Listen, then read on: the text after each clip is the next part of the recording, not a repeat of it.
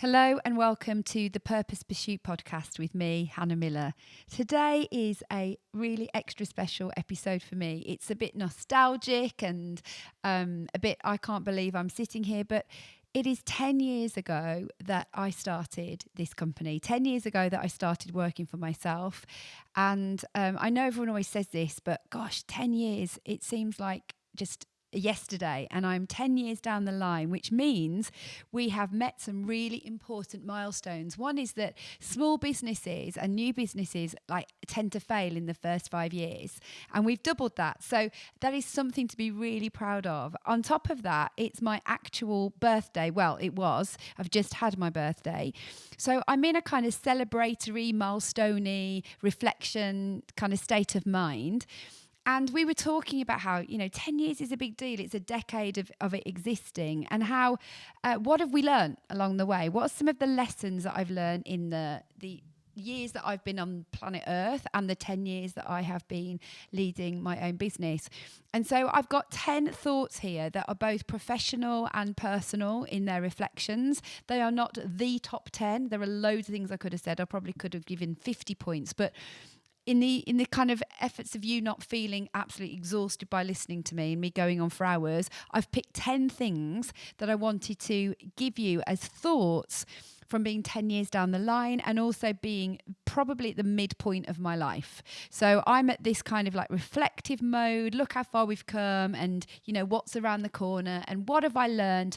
What do I want to take with me into the next year and into the next decade of having my company? And so have a listen in and see whether some of these things are helpful to you and give you a bit of encouragement, really, that as I sit here, I think one of the overarching thoughts I have is that I had no idea that I would be doing this 10 years ago. And there wasn't a master plan. And so much of my life and work does not look as I expected it to. And yet here we are. And I say that as an encouragement to you that you just need to go for it, really, in terms of making a step forward, and so much comes. And so my first point number one, is to ask for help, say the thing, and take the step. And those are kind of 3 points in one, really. But for me, everything that I've done has come about because I've asked for help, first of all. Like people who know better than you, whether it's at work, in your personal life, ask for their perspective. Ask people to help you. If you are a helper of other people, people will help you. And there have been so many people who know way more than me who have been willing to help. They have been willing to share their wisdom, share their experiences with me, and help me avoid pitfalls along the way. And sometimes I think we need to feel we've got to have it all in line. We've got to know it all ourselves. When I am living testimony to the fact that I'm sitting here today because of countless people who have helped me, opened doors for me, given me wisdom, given me advice, putting me in touch with people, helping me make sense of decisions or asking me the tough question. Ask those people to help you. And I think along with that is that sometimes we have to say the thing out loud. When I first started thinking about having my own company or more recently thinking about writing a book, one of the biggest hurdles was actually saying it out loud for the first time to somebody without thinking that they were going to think I'm mad. And so saying to somebody, I remember going out for dinner with a couple of friends of mine before a theatre trip, and they were the first people outside my family that I'd said anything to about wanting to write a book. And it took some courage to say it because they could have looked at me like, what, who, you, why on earth do you think you could do that? And they didn't. But even if they had done, there's something about speaking something into life by saying it out loud that honestly starts the ball rolling. So I guess I'd say to you, if you have a dream or a thought or something that you're hoping to do, start saying it. I'm not saying that because I'm talking about manifesting something into action. I don't mean that. I mean you begin to become accountable for your words, and it starts to build a bit of momentum. And along with that, the final part of this, ask for help, say the thing, take the step, is you have to work out what the first next step is. And any plans that you're taking, anything that you'd like to see come about, what is the next step? What is the small thing that 50 more steps taken could mean that you are there or thereabouts to where you want to go. But what is that first small step? Those are courageous, challenging things to do. You know, it might be that your first step is asking to reduce your hours at work. It might be that you start spending an evening a week studying something. It might be that you have a conversation with somebody who might be able to introduce you to somebody who knows more about this. But take that first step. Ask for help. Ask friends of friends to help, and say the thing out loud. That's my first point. Point number 2, plans are good, but life knows more. And with that, you could say, you know, if you have a personal faith, you could say God knows more, or life throws chaos your direction. And I think, again, lots of people ask me about plans I've had and how I've ended up where I am. And there are some people in life who are very good planners, and they have, you know, 10-year plans, 5-year plans, monthly plans, all the rest of it. And plans are really good and important. We have yearly plans for the business, and then we have monthly plans within that, and then what we're going to do this week. But the reality is, there is a whole load of life that happens that upends your plans. And sometimes you are delayed because of life, you are detoured because of life, or you have a disruption because of life. And things happen that may look like massive disruptions to what you thought should happen. But if you look back on those seasons, you realise that detour or unexpected delay taught you loads of things that you weren't expecting, or enabled something to happen that wouldn't have done. Like a classic example of this for me is that the reason the Purpose Pursuit course exists is because we had COVID pandemic. Now, that was an unexpected major detour, disruption and delay to everything that I was doing, to my family. And I'm not suggesting that it was a good thing in any way, but that particular time of my life meant that I made a detour, and I was almost pushed towards something that was in my heart to do because other options weren't available to me. The number of people I have coached who have been made redundant, and that redundancy that they never wanted propels them towards something more that they want to do. So I think what I'm trying to say here is hold these things in balance. Plans are really good, but our plans have to be held lightly because life is not a straight path, and we have really difficult detours and things that we don't expect to happen. But often there are unintended or unexpected consequences of those things that can be really positive, even though we didn't think it would look that way. So I would say make your plans, but also listen to what life throws your way and see what comes from that. Number 3, this kind of is attached to this, but growth often arrives disguised as difficulty. Oh gosh, the last decade or so, in fact, this last decade, if I look back over the last 10 years of my life, there's been some significant difficult moments, really painful. Loss, trauma, relationship issues, all sorts of things that have taken place, that burnout, toxic relationships in workplaces, all sorts of things have happened. And none of those things would I go, oh yes, I'll take a dose of that, thank you very much. Yes, please. Can I have a second portion? You know, I would never say that. But I will say with you that it has enabled me to become somebody that I didn't think I could become. I think some of those things have grown me in a way that, as twee and as what's the word, like cliched as it sounds, these things have shaped me and enabled me to grow in a way that without them, I think it's quite difficult to. When you meet people who've experienced different kinds of difficulties, there is depth to their life that can't be found without it. And that doesn't mean we say, oh, you know, I'd really like some pain today, please, or I'd really like an awful circumstance tomorrow. But I think what I'm saying is that it is an opportunity to grow. It is an opportunity to, you either stagnate, you get stuck, you shrink, you get like, you know, you hit a barrier and you say, I can't go past this wall. There's no further I can go.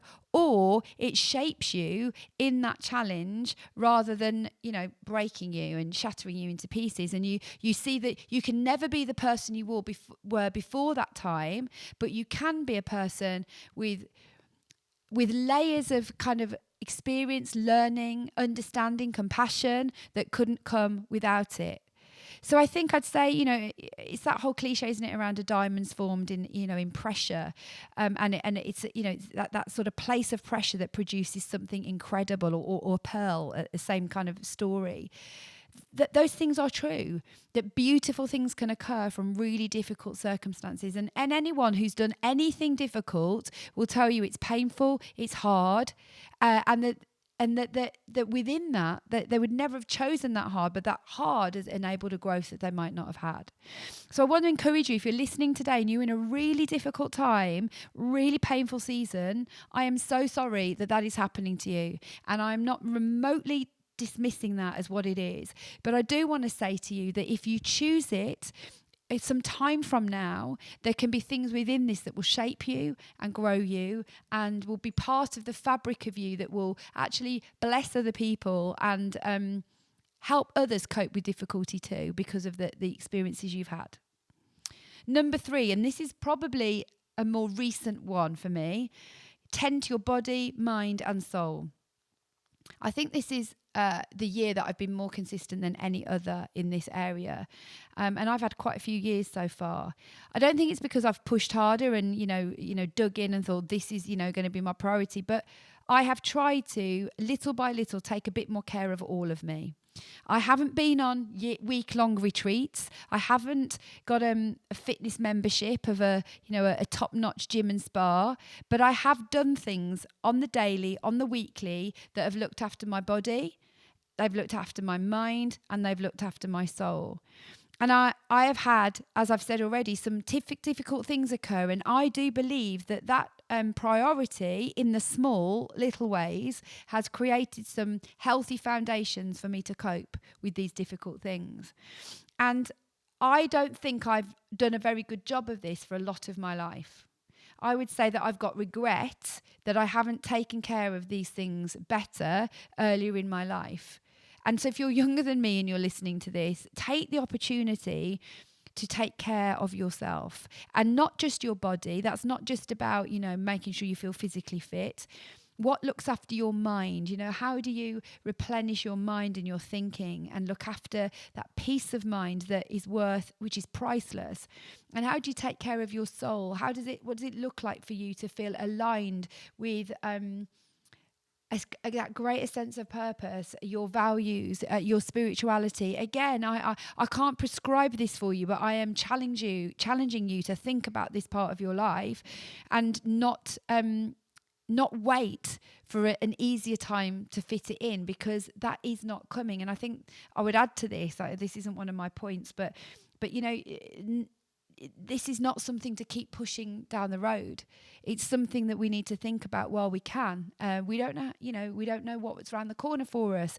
And so the more we can get these things in place, whether you're a business owner, whether you are working for somebody else, these things need to be tended to.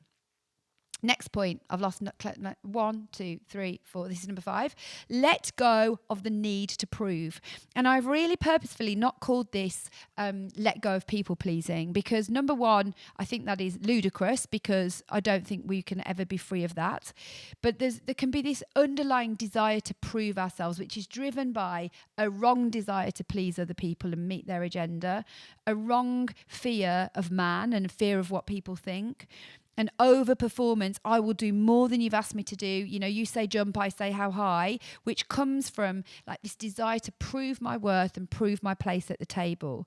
I remember with my old boss, who often worked long hours because she was very committed to what she did, we'd often get emails at midnight, 1 o'clock in the morning, and I would email her straight back, because I lived under this: if you're going to do this, then I'm going to match you, because I need to prove my worth here. And all of that was about being proven by meeting other people's expectations, doing what they expected of me, being fearful of what they thought of me, and I will overperform as much as possible so I'm never the one who is in trouble. I remember being in situations where there was people who'd missed deadlines or not done things that they needed to, and they would be kind of, publicly called out for that. And I was like, I'm never going to be on that list. And it's right not to be on that list, but it was driven by a deep fear of not being good enough or not meeting people's expectations.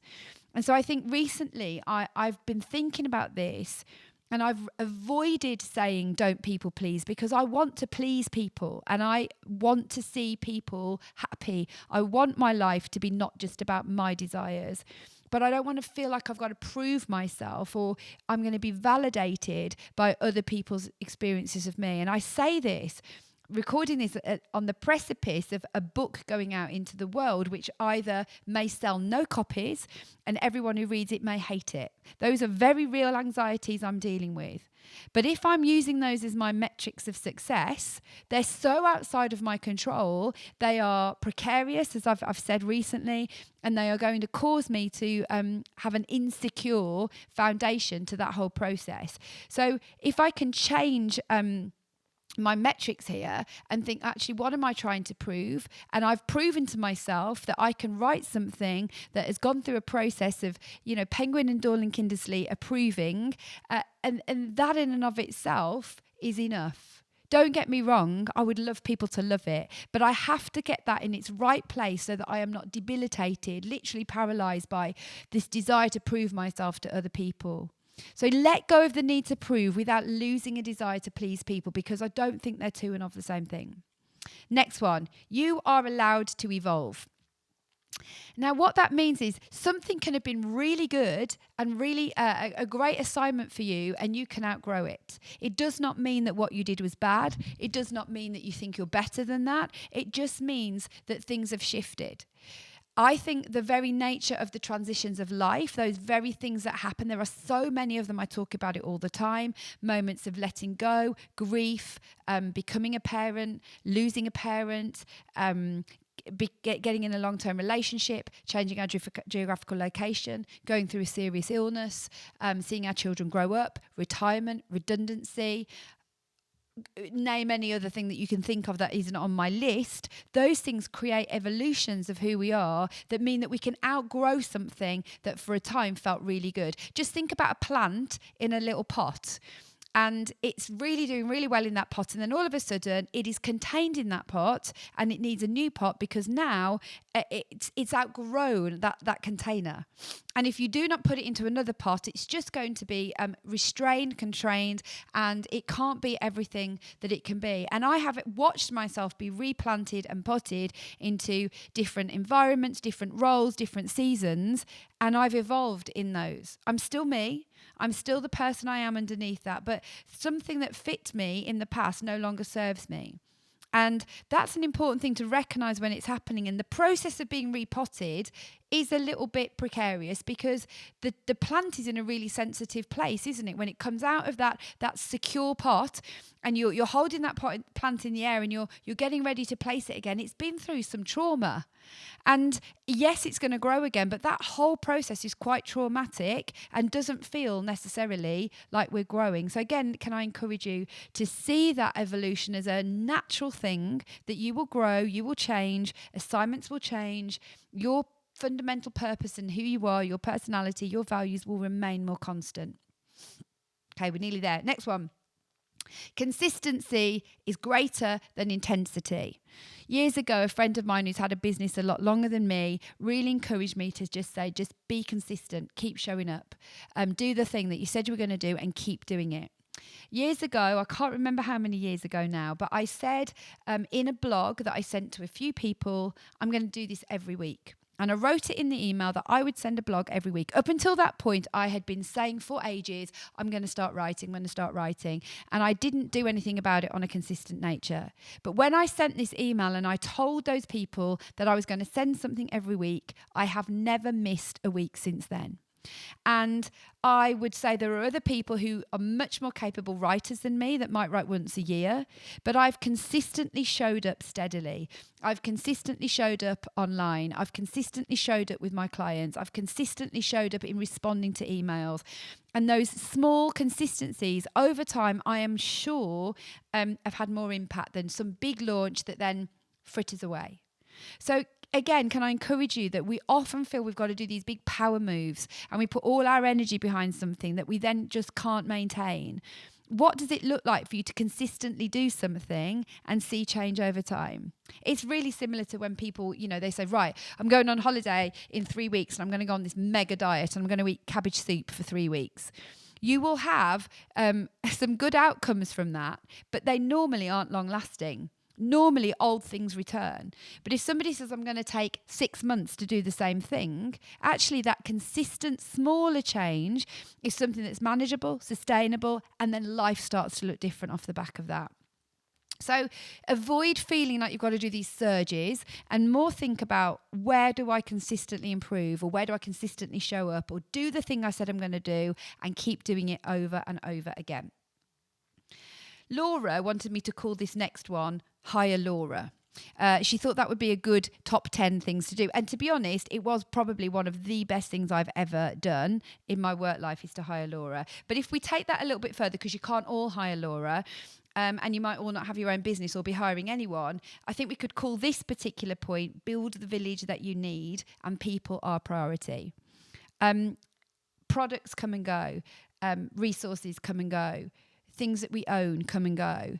People are a priority and the number one important thing. And we need to build the village that we need. You know how, there's the proverb, it takes a village to raise a child. I think it just takes a village to raise any of us. It takes a village for each of us. We need people around us that champion us, encourage us, support us, that are the right kind of voices for us to be listening to. We need voices that challenge us. We need voices that champion us.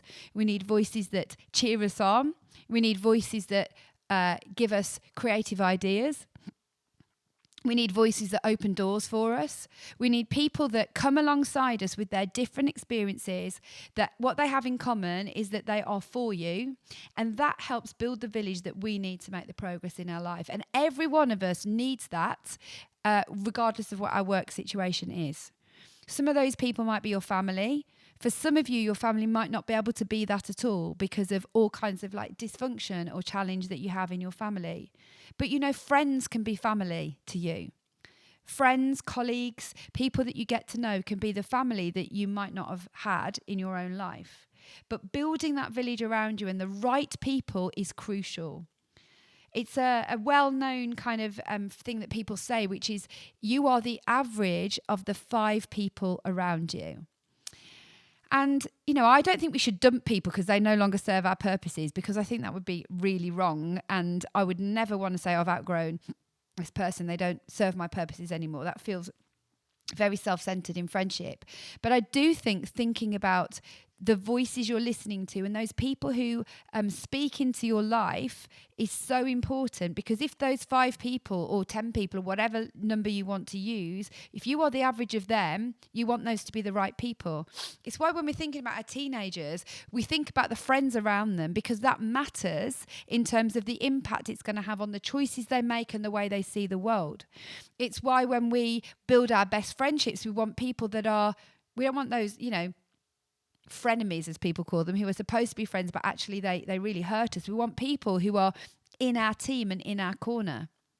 So whether this is a work mentor, a best friend, a sibling, a loved one, have a think about those people that are around you, and is it good for you? I guess is my question. And on the flip side, are you good for them? If somebody's listening to this podcast and I'm one of their 5 people, am I a helpful person to them so that the average of who they're becoming is a good thing? I'm quite challenged by even thinking about it that way. I will be somebody else's 5 people. And am I good for them? Am I helpful? Am I everything I can be? So rather than this just being about ourselves, we need to be the village and build the village that we need. Right. And then I've got 2 left. Last but one, time flies. So do it now, not later. That is such an old person thing to say, but time really does fly. My baby is 22 years old and my middle son is 19 years old and my little boy is 16. So actually, at the time this is going out, he'll have had his 17th birthday because we share a birthday. Time has flown. It's also incredibly slow on the hard days and you feel like time was not going to move on at all. But what I'm saying here is that life is in warp speed. And yes, we can't do everything right now. It isn't right to do everything right now. But if you feel like you are just waiting for ideal conditions, that I want to say to you is not a good enough reason. don't keep delaying something because you want to be more ready, more free, more certain. Actually, just begin to do the thing. You don't have to make it your full-time job. Just start somewhere, begin that process, knowing that 5 years from now might be when it comes to light. Very rarely do we wish we'd done something later than we do it. That is just a well-known thing. If you think about anything that you regret, it's unlikely in the main that those are things that you wished you'd waited to do later. They're more likely to be, I should have done that sooner. And I can say that with the book. I procrastinated telling anyone. I procrastinated doing anything about it. The time was right in the end, and it happened when it happened. But I could have done it sooner, and I didn't. So start moving it forward. The clock is ticking on all our lives. We don't have to feel anxious about that. We don't have to get ourselves into chronic time anxiety. That's a whole extra problem. But just start. Begin something. Talk about it. Whatever it is, begin to start to do that thing now. And my last one is that joy is a metric too. Joy is data in our life, and we need to listen to it. So much of the work on the Purpose Pursuit course and in my book is around paying attention to the moments in life where we feel fulfilled, paying attention to the things that enable us to feel alive at our best. And that is a metric that we can use to help us build more into our life. Joy is not happiness. Joy is not everything is going brilliantly for me, but it is a metric of fulfillment that makes my life feel whole and like it's purpose-driven and moving in the right direction. And alongside that, purpose is not something that we just we stumble upon one day. We don't go on a walk and, oh, there it is, there's my purpose. We practice it. We follow the data. We follow the breadcrumbs. We follow the things that people say to us and the things that we realize and learn about ourselves. We don't make it a job to find our purpose. It's a process of becoming. And I know that sounds really twee, but we practice our purpose and we get closer to it. It's not like treasure buried in a garden that one day I can go, look at this, here I am. It's about the decisions we make. It's the habits that we form. It's the rhythms that we build into our life that slowly over time, we can say, I'm moving closer, a bit like on my phone when I've lost my AirPods and I can see that little green twinkly thing and it's showing me if my AirPods are getting closer or nearer. That's kind of what purpose is. And we can use joy as that metric to think, am I getting closer to the stuff I'm supposed to be doing, or am I moving further away? So as a little nutshell, because those of you might like a recap, I'm just going to read out what the 10 things are to finish. Number 1, ask for help, say the thing, take the step. Number 2, plans are good, but life knows better. Number 3, growth often arrives disguised as difficulty. Number 4, tend to your body, mind and soul. Number 5, let go of the need to prove. 6, you're allowed to evolve. 7, consistency is greater than intensity. 8, build the village you need and be the village you need. 8, 9, I think we're on now, I've totally lost track. Time flies, do it now, not later. And 10, joy is data, listen to it.